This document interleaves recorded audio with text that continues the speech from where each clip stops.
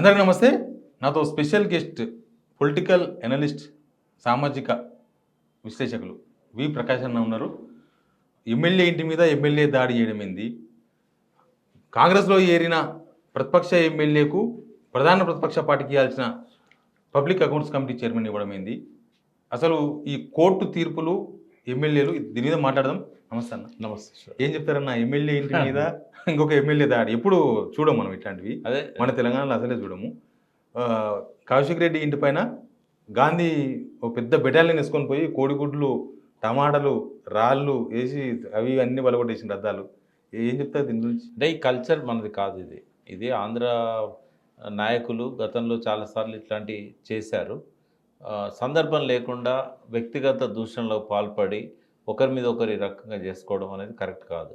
అందులో ప్రధానంగా గాంధీ మాటల్లో చాలా తప్పులున్నాయి. ఒకటి ఫస్ట్ ఏంటంటే, ఆయన కాంగ్రెస్లో పోతున్నా అని చెప్పాడు, కలుస్తున్నా అని చెప్పి వీడియో కూడా మార్కెట్లో వైరల్ అయింది.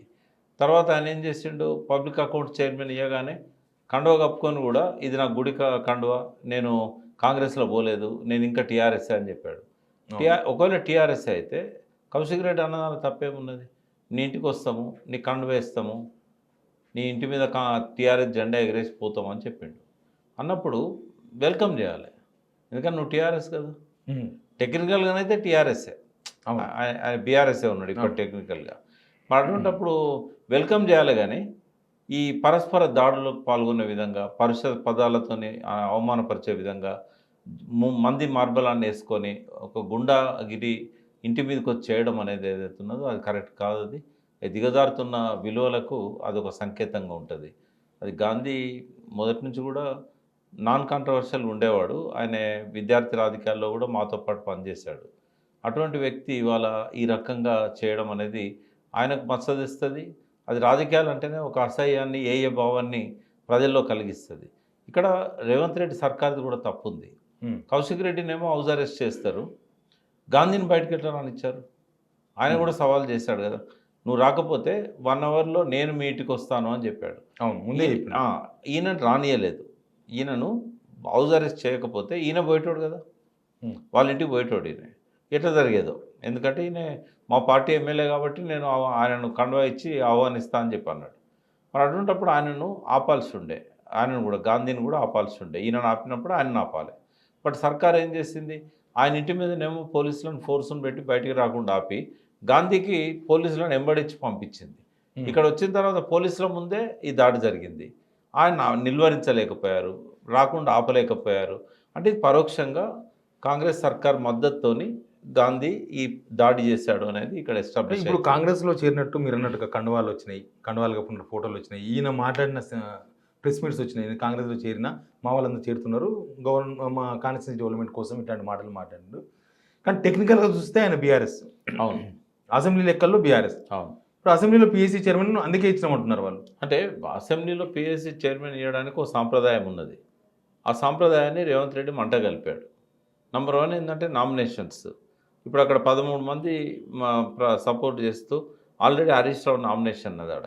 అది తేల్చకుండా గాంధీని ఎవరు నామినేషన్ ఏమన్నారు? ఆయన ప్రతిపక్ష నాయకునికి చెప్పాడా, పార్టీ అధ్యక్షునికి చెప్పాడా? ఏం లేకుండా తనంతట తను రేవంత్ రెడ్డితో కొల్లుడై ఈ రకంగా చేయడం ఏంది?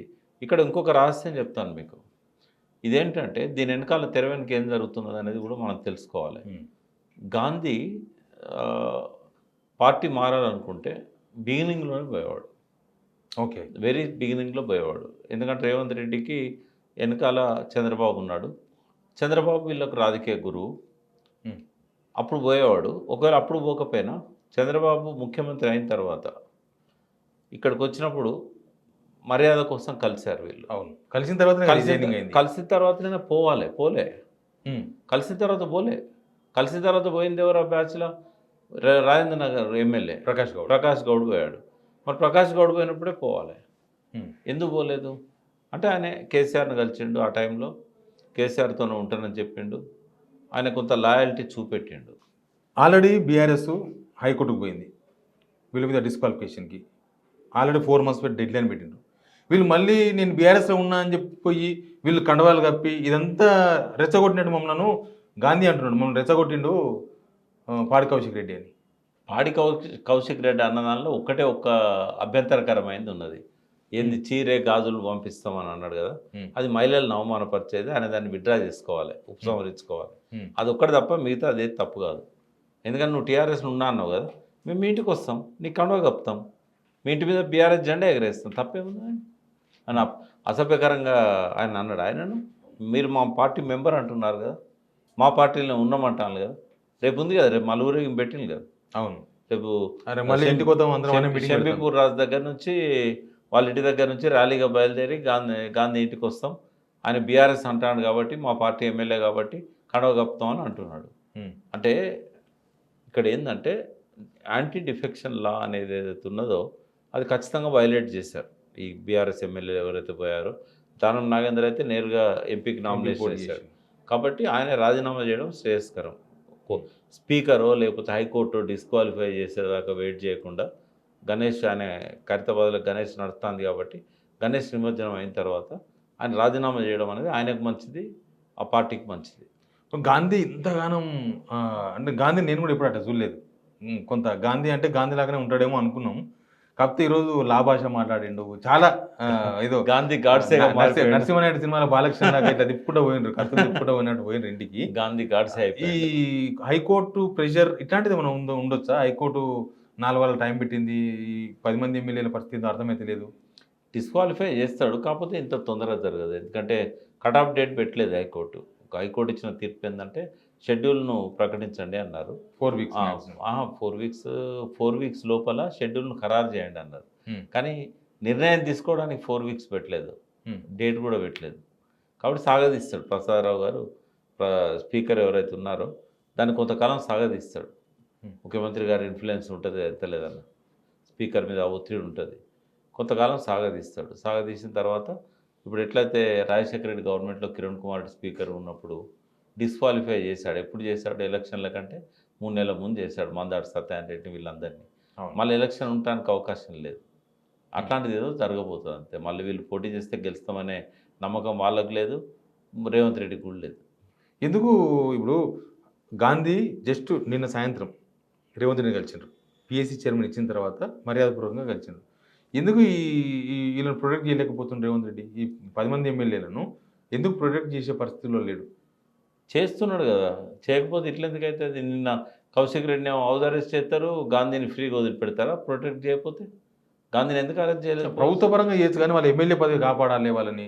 ఈ హైకోర్టులు ఈ కోర్టులు ఏమొచ్చినా వాళ్ళు మీరు ఎమ్మెల్యేలు ఉంటారని చెప్పగలగాలి. ఇప్పుడు ఆయన ఇంటర్నల్గా చెప్తాడు కదా, ఇప్పుడు షెడ్యూల్ ఇవ్వమన్నారు తప్ప డిస్క్వాలిఫై చేయమనో లేకపోతే తీర్పు చెప్పమనో నిర్ణయం తీసుకోమనో స్పీకర్ని ఆదేశించలే కదా. విజయసేన్ రెడ్డి గారు కదా తీర్పు ఇచ్చింది. అవును, అది ఎప్పుడు అమలు కావాలి? షెడ్యూల్ ఎప్పుడు ఇవ్వాలి? ఈయన దాని మీద విచారణ ఎప్పుడు జరగాలి? దాని మీద తీర్పు ఎప్పుడు ఇవ్వాలి? ఇవన్నీ అయ్యే పనులు అంతా రేవంత్ రెడ్డి సపోర్ట్ లేకుండానే జరుగుతుందా? ఎప్పుడో డిస్క్వాలిఫై కావాలి వాళ్ళు. అన్నీ ఓదానుకోటి నెక్సెస్ ఉంటాయి. ఇప్పుడు ఏమన్నా అంటే నన్ను కంటెంప్ట్ ఆఫ్ కోర్ట్ అంటారు. ఇప్పటికే నేను 5-6 సంవత్సరాలు కంటెంప్ట్ ఆఫ్ కోర్టులో సుప్రీంకోర్టు చుట్టూ తిరిగి కపిల్ సిబాల్ని పెట్టుకొని బయటపడ్డాన్ని. ఇంకొక 16 మంది ఎమ్మెల్యేలు బీఆర్ఎస్ నుంచి చేరితే ఇదంతా గోల పోతుంది, ఈ గొడవ పోతుంది, మనకు 2/3 ఫార్ములాలో మొత్తం బీఆర్ఎస్ ఎల్పీ విలీనం అవుతుంది అనేది ఒకటి ఉంది. ఈ 16 మంది ఎమ్మెల్యేల కోసం ప్రయత్నం నడుస్తున్నాయి. అది ఇప్పుడున్న వాతావరణంలో అది సక్సెస్ అయ్యే అవకాశం. 65 మంది ఎమ్మెల్యేలు ఉండగా వీళ్ళంతా ఎందుకంటే రేవంత్ రెడ్డికి వీళ్ళందరూ అవసరం. 65 మంది ఉన్నారు, ప్లస్ 7 మజిలీస్ ఉన్నారు, 65+7 ఒకరు సిపిఎం ఉన్నారు, 73 మంది అయింది కదా, ఇంకా అవసరమా? ఆల్రెడీ మన బీఆర్ఎస్లోకి వెళ్ళిపోయిన వాళ్ళు ఇంకొక 10 మంది ఉండేనే ఉన్నారు, 80 దాటింది కదా, ఇంకా అవసరం. కాబట్టి ఈ 10 మంది ఎమ్మెల్యేల వ్యవహారం తేలాలి కదా, వాళ్ళు చేస్తే తప్ప వీళ్ళ వ్యవహారం ఇప్పుడైతే ఉంటుంది. ఇప్పుడు కోర్టు అంటారు, ఇంకోటి అంటారు. ఇప్పుడైతే అవసరం లేదు కదా. ఒకటే ఏంటంటే కాలయాపన చేయడం వల్ల 2 ప్రమాదాలు ఉన్నాయి. ఒకటేమో ఈ పార్టీ విలీనం చేసుకోవడానికి ఈ హైడ్రా లాగా ఆ బిల్లుల ఒత్తిడి తెచ్చి మిగతా వాళ్ళని ఏదో ఒక రకంగా ఇబ్బందులను పెట్టి పోలీస్ కేసులను, హరాస్మెంట్ అను, ఇంకోటనో వాళ్ళందరినీ తన దిక్కు తెచ్చుకొని కాంగ్రెస్లో పరువు నిలుపుకునే ప్రయత్నం చేస్తాడు ఆయన. ఒకటి. రెండవది ఏంటంటే ఈ కాలయాపన అనేది స్పీకర్ ఆయనకి ఇస్తాడు. ఎందుకంటే వాళ్ళందరినీ తెచ్చుకోవడానికి ఒక 6 నెలలు 1 year పడుతుంది. ఈ 1 year కాలం ఇక్కడ సాగదీస్తారు. అయితేనేమో ఇది జరుగుతుంది. లేదంటే ఇది ఈయన చేయలేకపోతే వాళ్ళు ఈయన తీసేసి ఇంకో ముఖ్యమంత్రిని పెడతారు. మళ్ళీ గాంధీ దగ్గరకు వస్తాం ప్రకాష్ అన్న. ఎందుకు గాంధీ కాంగ్రెస్ చేరి నేను ఇంకా బీఆర్ఎస్లో ఉన్నాను చెప్పుకుంటున్నాడు? ఆ పదవి కోసమేనా, పిఎస్సి కోసమేనా? కాదు, ఆయన చెప్పుకున్నది పిఎస్సి కోసం, నేను ఇంకా బీఆర్ఎస్లోనే ఉన్నా అని. ఆయన చెప్పుకున్నా చెప్పుకోకపోయినా బీఆర్ఎస్లోనే ఉన్నాడు కదా, టెక్నికల్గా ఉన్నాడు. టెక్నికల్గా ఉన్నాడు అంతే. దానం నాగేందర్ కూడా టెక్నికల్గా బీఆర్ఎస్లోనే ఉన్నాడు ఇప్పటికీ, డిస్క్వాలిఫై అయ్యేదాకా. బట్ గాంధీకి నేను అనుకుంటా ఆయన చేరాలనుకుంటే ఎప్పుడో చేరేవాడు. ఈ హైడ్రా ఒత్తిళ్ళు అనేది ఆ సామాజిక వర్గం మీద బాగా పనిచేసినాయి. గాంధీ సామాజిక వర్గం ఏదైతే ఉన్నదో ఆ సామాజిక వర్గం మీద బాగా పనిచేసినాయి. మనము అందులో పోతేనే మన మాట వింటాడు రేవంత్ రెడ్డి, లేకపోతే వినడు అని వాళ్ళ ఒత్తిడితో పోయిండని నేను అనుకుంటున్నాను. గోపీనాథ్ కూడా రేపు ఎల్లుండో పోవాల్సి వస్తుంది ఇక. ఎందుకంటే ఆ సామాజిక వర్గం ఒక నిర్ణయం తీసుకున్నాము అని అంటే అందరు కట్టుబడి ఉండాల్సి వస్తుంది. ఈ రోజైన గొడవ కూడా రెండు సామాజిక వర్గాల, పెద్ద సామాజిక వర్గాల మధ్య, ఎమ్మెల్యేల మధ్య దాడి అంటారు కొంతమంది. సామాజిక వర్గాల మధ్య దాడైనా పర్వాలేదు, రెండు ప్రాంతాల మధ్య దాడిలాగా జరిగింది కదా. అవును. ఆ, ఈ తెలంగాణ అంటున్నాడు. ఆంధ్ర తెలంగాణ అనే అంశం కూడా వచ్చింది కదా. కౌశిక్ రెడ్డి మాటల్లో ఏమన్నాడు ఆయన? అవును, నేను తెలంగాణ గడ్డ మీద తెలంగాణ గడ్డ మీద పుట్టిన బిడ్డను అన్నాడు. అంటే పరోక్షంగా నువ్వు ఎక్కడో నువ్వురా, ఎక్కడి నుంచి వచ్చి ఇక్కడ మా మీద పెత్తనం చేస్తున్నావు అని. అంటే ఇవి రాను రాను చిలికి చిలికి గాలివానగా మారుతాయి. రేపటి రోజు ఇంకా రాద్ధాంతం పెరుగుతుంది. ఇది మంచిది కాదు. ఇది కేసీఆర్ గారైనా పిలిపించి దీన్ని క్లోజ్ చేస్తే మంచిది ఇష్యూని. ఇప్పుడు కేసీఆర్ క్లోజ్ చేయాలన్నా, రేవంత్ రెడ్డి క్లోజ్ చేయాలన్నా ఇష్యూ? రేవంత్ రెడ్డి చేయడు, రేవంత్ రెడ్డి పెంచుతాడు. రేపు కూడా రచ్చ కావడానికి రేవంత్ రెడ్డి ఉపయోగపడతాడు. ఎందుకంటే డైవర్షన్ పాలిటిక్స్ కావాలి ఆయనకు. ప్రభుత్వానికి ప్లస్ అవుతుంది అది? ప్రభుత్వానికి ప్లస్ అవుతుందా కాదా అంటే తాత్కాలికంగా ప్లస్ అవుతుంది, శాశ్వతంగా మైనస్ అవుతుంది. ఇప్పుడు మీరు అన్నట్టు ఆ సామాజిక వర్గం, కమ్మ సామాజిక వర్గం వాళ్ళది, ఆ సామాజిక వర్గం ఎమ్మెల్యేలను పార్టీలో చేర్చుకోవడము, లేకపోతే వాళ్ళని ఎంకరేజ్ చేయడము, ఇవన్నీ చేస్తే ప్రభుత్వానికి ఈ గొడవలు చేస్తే, యువతల కౌశిక్ రెడ్డి ఉన్నాడు, రెడ్డి సామాజిక వర్గం కూడా పెద్దది తెలంగాణలో, కమ్మ సామాజిక వర్గం ఉమ్మడి ఆంధ్రప్రదేశ్లో పెద్దది, ఆంధ్రప్రదేశ్లో పెద్దది. ఈ రెండు సామాజిక మధ్య గొడవ పెడితే రేవంత్కి నష్టం కదా? అంత పెద్దగా జరగదు అది. ఇక్కడ అట్లా చూడట్లేదు కదా. బీఆర్ఎస్ ఎమ్మెల్యేగా కౌశిక్ రెడ్డిని చూస్తున్నారు. రేవంత్ రెడ్డి ఆ సామాజిక వర్గానికి నాయకుడు. ఆయన మానసికంగా టీడీపీతో ఉన్న, భౌతికంగా కాంగ్రెస్తో ఉన్న, ఆయన నరనారణ జీర్ణించుకున్నది ఆ రెడ్డి వాదమే కదా. కాబట్టి అది బీఆర్ఎస్ రెడ్డికి, కాంగ్రెస్ రెడ్డికి మధ్య గాంధీని చూడరాడు. గాంధీ వెనకాలన్న రెడ్డి ఎవరు? రేవంత్ రెడ్డి. కాబట్టి రెడ్డి సామాజిక వర్గంలో చీలికని రాదు. కమ్మ సామాజిక వర్గం అటు సైడ్ పోలరైజ్ అవుతుంది, ఎందుకంటే ఇటు సైడ్ ఎవరు లేరు కాబట్టి. కానీ ఒక్కటే, ఇది కులాల మధ్యనో ప్రాంతాల మధ్యనో దీన్ని వివాదంగా చూసేదానికంటే పోతే వేయండు గాంధీ. ఎందుకంత పరుషంగా ఆయన మీద మాట్లాడాల్సిన అవసరం ఉన్నది? వీళ్ళే వెనుక దక్కితే మంచిది అనేది నా ఉద్దేశం. అంటే కేసీఆర్ లాంటి వాళ్ళు ఆయనకు చాలా అవగాహన ఉంటుంది ఇటువంటి విషయాలలో ఏం చేయాలనే దాని మీద. ఆయన పిలిపించి దీన్ని ఇక్కడనే ఫుల్ స్టాప్ పెట్టాలి, దీన్ని ఇంకా పెంచకూడదు. ఇప్పుడు గాంధీ బీఆర్ఎస్లో ఉన్నాడు అని ఆయన చెప్పుకున్నాడు, వీళ్ళు పోయి కండువా కప్పినంత మాత్రాన ఏమైనా ఒరుగుతుందా బీఆర్ఎస్? అంటే లాజికల్గా బాగానే ఉంటుంది, కానీ ఇది రెచ్చగొట్టుడు తప్పితే ఏం లేదు. అంటే ఆయన కౌశిక్ రెడ్డి యంగ్ కాబట్టి, మొదటిసారి ఎమ్మెల్యే కాబట్టి దూకుడుగా వ్యవహరిస్తాడు, అర్థం ఉంది. కానీ వెనకాల సరే కేసీఆర్ గారేమో అందుబాటులో ఉండలేడు, వర్కింగ్ ప్రెసిడెంట్ ఏమో అమెరికాలో ఉన్నాడు, వచ్చిండా? రాలే. హరీష్ రావు గారు ఆయన నియోజకవర్గంలో వరద పోయిండు, కౌశిక్ ఇంటికి పోయిండు, సైబరాబాద్ పోలీస్ సిపి ఆఫీస్ తప్పదు కదా. ఎందుకంటే ఇంటి మీదకి వచ్చి దౌర్జన్యం చేస్తే నాయకులు తోడు ఉండాల్సిందే కదా. బట్ దౌర్జన్యం అనేది కరెక్ట్ కాదు. నిరసన తెలిపొచ్చు, బట్ రేపు వాళ్ళ ఇంటి మీద పోతాం అనడం కరెక్ట్ కాదు, అవసరం లేదు. అది ర్యాలీగా పోవడం ఇదంతా మళ్ళీ రెచ్చగొట్టడం అవుతుంది. దీన్ని ఇక్కడితో ముగించాలి, ఎందుకంటే ఎన్నో సమస్యలని ప్రజలు ఫేస్ చేస్తున్నాయి. వీళ్ళిద్దరు సమస్యగా దాన్ని చిత్రీకరించద్దు, రెండు పార్టీల సమస్యగా తీసుకురావద్దు. దాన్ని క్లోజ్ చేసేసి ప్రజల సమస్యల మీద బీఆర్ఎస్ గొంతు విప్పాలి. కౌశిక్ రెడ్డి లాంటి వాళ్ళు మొన్న వరద బాధితులతో ఎట్లయితే ఖమ్మం పోయి అంతా చేసిండో ఇష్యూస్ తీసుకొని కొట్లాడాలి. అట్లా చేస్తే ఏంటంటే ఆయన కూడా మంచి నాయకునిగా వెళ్తారు. ఇటువంటి వాటి వల్ల మీడియా ఫోకస్ వస్తుంది, కానీ అది మంచి లక్షణం అనిపించుకోదు. ఇప్పుడు ముందే మహిళలకు ఆయన చెప్పాల్సి వస్తుంది, వివరణ ఇవ్వాల్సి వస్తుంది. గాంధీని పట్టుకొని అట్లా మాట్లాడడం కూడా కరెక్ట్ కాదు కదా, చీర గాజులు పంపిస్తామని. అది అట్లాంటి రాబోయే రోజుల్లో మళ్ళీ రిపీట్ చేయాలి. గాంధీ కూడా అట్టే మాట్లాడుతుండ్రు కదా, ఆయన మాట్లాడినా కూడా లాభాష మాట్లాడుతుండే. అది ఆ కాంగ్రెస్ కల్చర్, అది ఆ టీడీపీ కల్చర్, అది ఆంధ్ర కల్చర్. అది తెలంగాణలో అట్లా మాట్లాడద్దు. అంటే వెనకటి రోజుల్లో ఫ్యూడల్ వీళ్ళు ఉండేవాళ్ళు, 50 ఏళ్ళ కింద 70 ఏళ్ళ కింద మహిళలను బయటికి రానిచ్చేవాళ్ళు. ఇలా మహిళలు అన్ని రంగాలలో ముందున్నారు. వాళ్ళని పట్టుకొని అశక్తులు చాతగానోళ్ళు ఈ మాట అనడంలో ఉద్దేశం ఏంది అంటే ఆడవాళ్ళ ఇంట్లో కూర్చో చీర జాకెట్ పంపిస్తా చీర గాజులు పంపిస్తా అంటే వెనకటి రోజుల్లో వాళ్ళ ఇంటికే పరిమితం చేశారు, వంటింటికి పరిమితం చేశారు. పిల్లల్ని కానీ యంత్రాలుగా మార్చారు వాళ్ళని బయటికి రానియలే. బట్ ఇవాళ ఉన్న మనం 21వ శతాబ్దంలో అట్లా మాట్లాడచ్చా? తప్పు కదా. ఇవాళ అంటారు రేపు మీకు ధోతి ఉన్ను షర్ట్ పంపిస్తాం ఇంట్లో కూర్చోవాలని. అంటే వాళ్ళు చాతగాని వాళ్ళు అంటే నా దృష్టిలో వాళ్ళకి 60 మార్కులు వేస్తే నేను మగవాళ్ళకి 40 మార్కులు వేస్తాను. ఓకే. ఎందుకంటే ఏ రంగంలోనైనా తీసిపోకుండా సునీత విలియమ్స్ స్పేస్ ల్యాబ్లోకి వెళ్ళి అక్కడ ప్రమాదవశాత్తు అక్కడే చిక్కిపోయి ధైర్యంగా ఉన్నది 6 నెలలు అయినా కూడా. ఇంకో 4 నెలలు ఉండాల్సి వస్తుంది. కానీ ఉన్నట్టుండి ఎందుకు ఇట్లాంటి పాలిటిక్స్ వస్తున్నాయి తెలంగాణలో? మీరు అన్నట్టు ఎప్పుడు దూరం పాలిటిక్స్ ఎందుకు వస్తున్నాయి? కాంగ్రెస్ను గెలిపించుకున్నందుకు, ప్రజలు కాంగ్రెస్ను గెలిపించుకున్నందుకు ఫస్ట్ డెవలప్మెంట్ ఆగిపోయింది, పథకాలు ఆగిపోయినాయి, స్వయంపాలన పోయింది. తర్వాత అధికారం అంతా కూడా ఢిల్లీ చేతిలోకి వెళ్ళిపోయింది, లేకపోతే అమరావతి చేతిలోకి వెళ్ళిపోయింది. ఆ 2 దిక్కుల నుంచి ఫోన్లు వస్తే తప్ప ఇక్కడ పనులు అయ్యే పరిస్థితి లేదు. ఆర్థికంగా డబ్బులు వచ్చే అవకాశాలు పోయినాయి, ఉన్న రియల్ ఎస్టేట్ ఆదాయం బిక్కింది. తర్వాత ప్రోగ్రెస్ పోయింది. అక్కడి నుంచి వచ్చి పెట్టుబడులు పెట్టేవాళ్ళు ఆగిపోయినలు. ఖజానా ఖాళీగా ఉన్నదని అంటే ఇక్కడ తెలంగాణలో ప్రోగ్రెస్ లేదని చెప్పి ఇతర రాష్ట్రాలకు వెళ్ళిపోతున్నాయి కంపెనీలు. సర్వం భ్రష్టు పట్టించడానికి కారణం ఏంటంటే ప్రజలు తీసుకున్న ఒక తప్పుడు నిర్ణయం. ఆ తప్పుడు నిర్ణయానికి బీఆర్ఎస్ కారణం.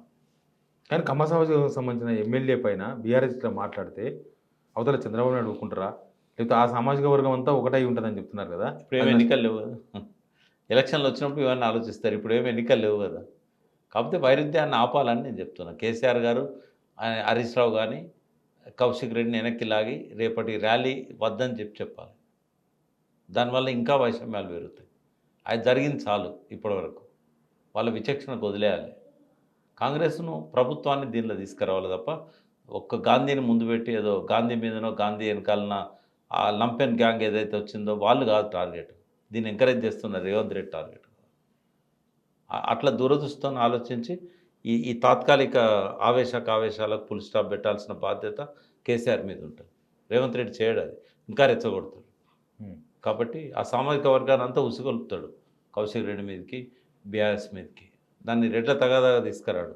బీఆర్ఎస్ ఎమ్మెల్యేల చేస్తున్న ఆగడాలుగా చూపెడతాడు అది. కాబట్టి పార్టీకి నష్టమవుతుంది ఇంకా దీన్ని కొనసాగిస్తే. రైట్ అన్న, థ్యాంక్ యూ ప్రకాష్ అన్న. ఇది ఎమ్మెల్యే ఇంటి పైన ఇంకొక ఎమ్మెల్యే దాడి చేసిన వ్యవహారం, దాని వెనుక ఉన్న రాజకీయం అంతా కూడా. Please subscribe signal TV.